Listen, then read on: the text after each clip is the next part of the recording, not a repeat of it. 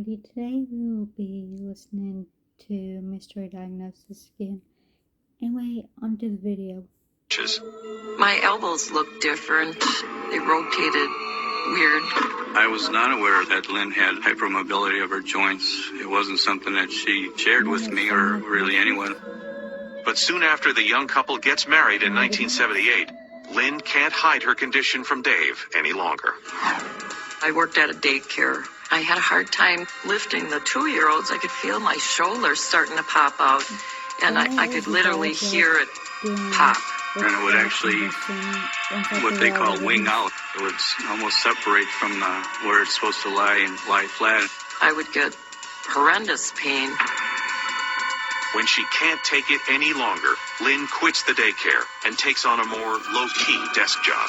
But the daily repetitive office tasks soon begin to take a toll on her as well. It was getting harder for me to button my buttons on my blouse, turn doorknobs, lift up things with my hand. Finally, Dave insists that she see an orthopedist to find out once and for all what's wrong with her. Basically, he comes in the x-ray room and he pulls my hand and separates my wrist during the x-ray, and no other doctor ever did that. Next, he gives her an extremely thorough exam and even has her perform a series of manual exercises to see how her bones react to movement. When he was doing the stress test, it was really a horrendous pain. My hand bone basically separated a lot from my wrist bone.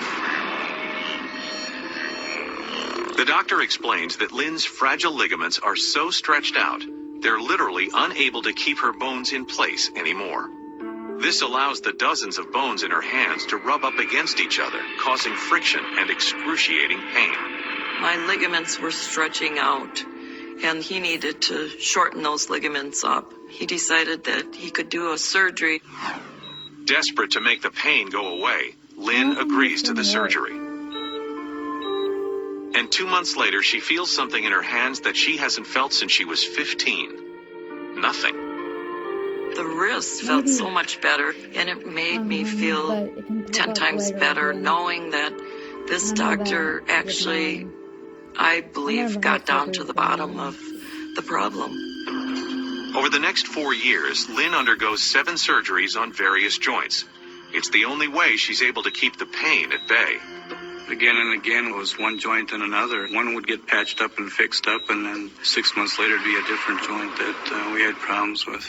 Exactly. That's why I said. Then in 1981, Lynn finds out she's pregnant. At first, she and Dave are overjoyed. But it isn't long before the throbbing pains return with a vengeance. And this time, they're not just in her hands. In fact, her entire body feels as if it's been battered. The OBGYN said that you are stretching out and that you were going to have a little achiness from being pregnant. All my joint pain never subsided during the whole pregnancy.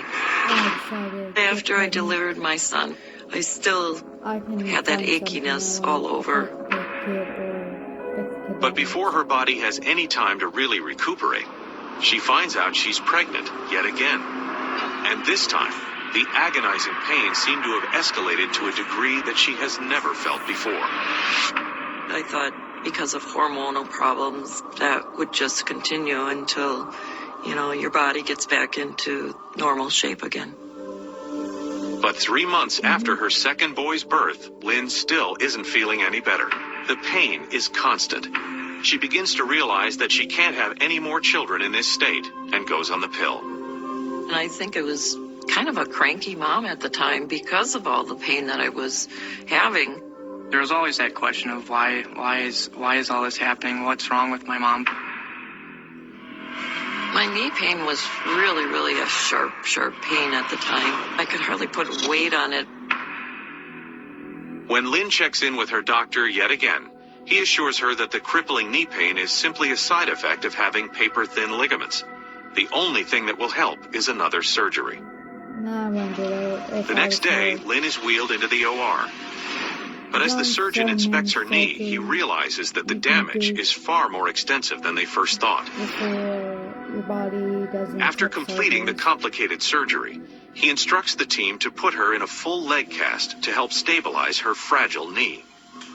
I was thinking, how am I going to take care of 2 young kids with a cast this size where I can't bend my knee?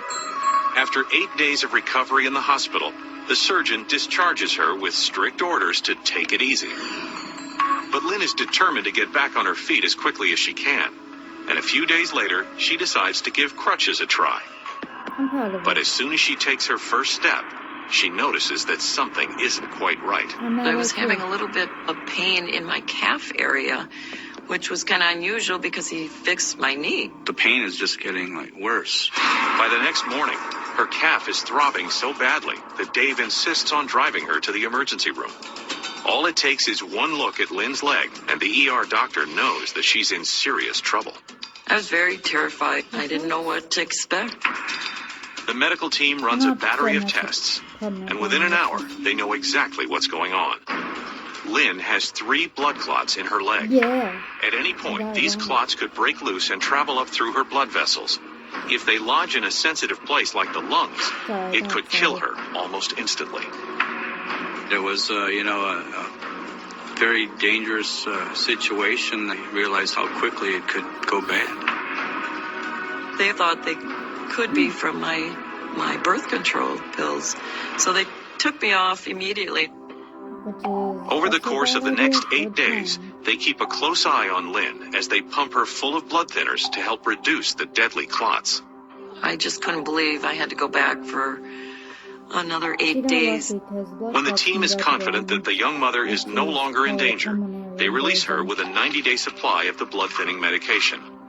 Lynn and Dave are hopeful that the worst of it is behind them. But 2 months later, Lynn is caught off guard when her body starts to change again. I discovered that I'm pregnant.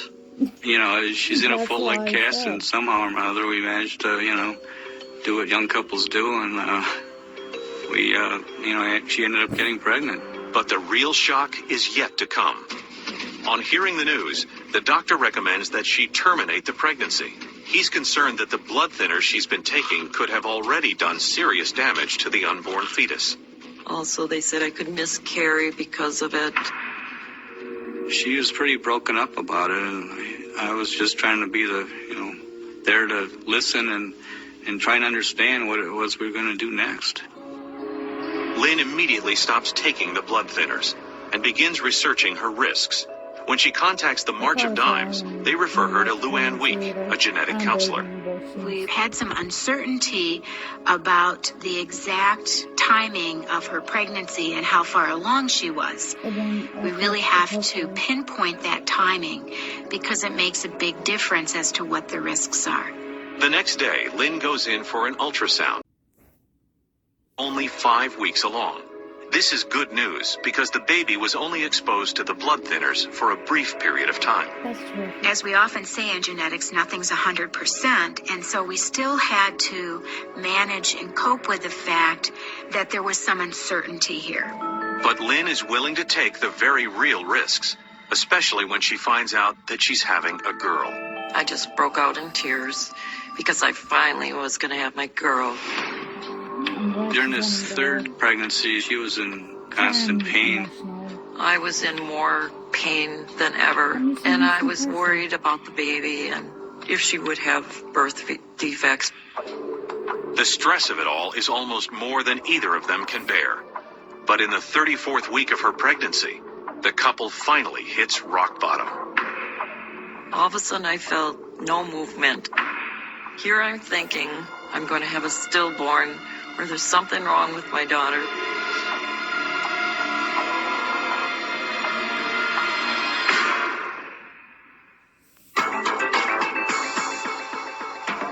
Most of the people in Lynn Sanders' life think she's a klutz. They have no idea that the 28-year-old has persevered for more than a decade with chronic and debilitating joint pain.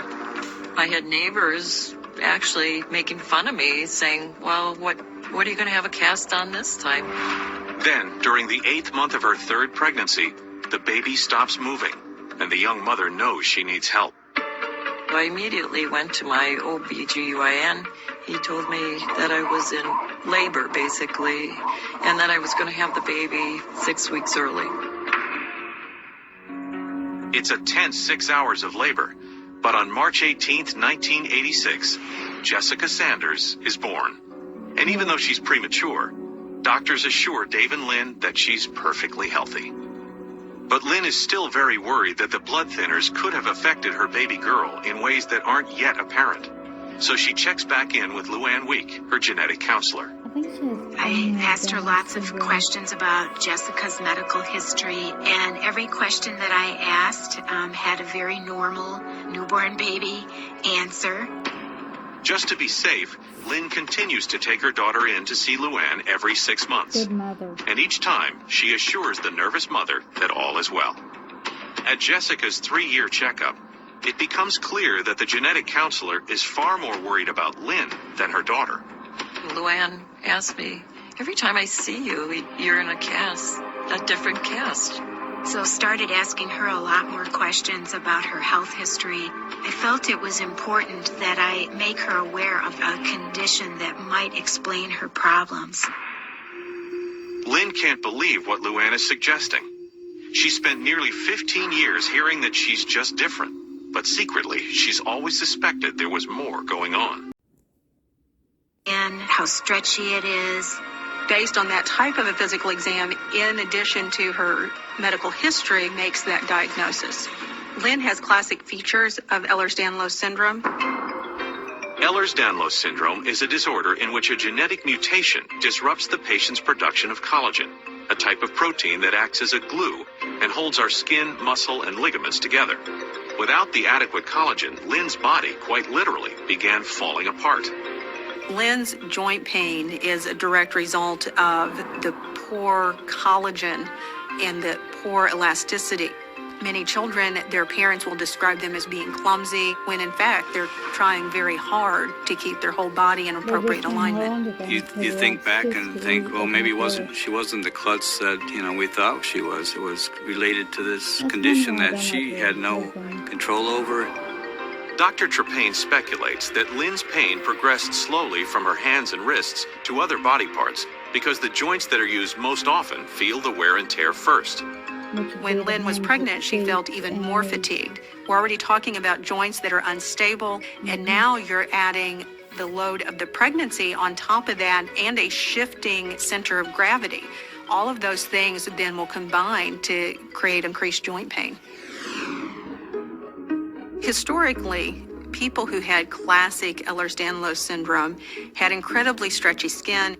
Within circus environments, you see the people that can stretch their skin, taking their earlobes and pulling them down. One of the big puzzles, of course, for Lynn was why it took so long for people to make this diagnosis. She did not have overly stretchy skin. Unfortunately, what most physicians have learned is that's EDS. While it's reassuring to finally know what she's been living with all these years, Lynn is not prepared for what the doctor has to say next. There is no cure for EDS. Yeah. We cannot go in and fix the gene that is making the collagen incorrectly.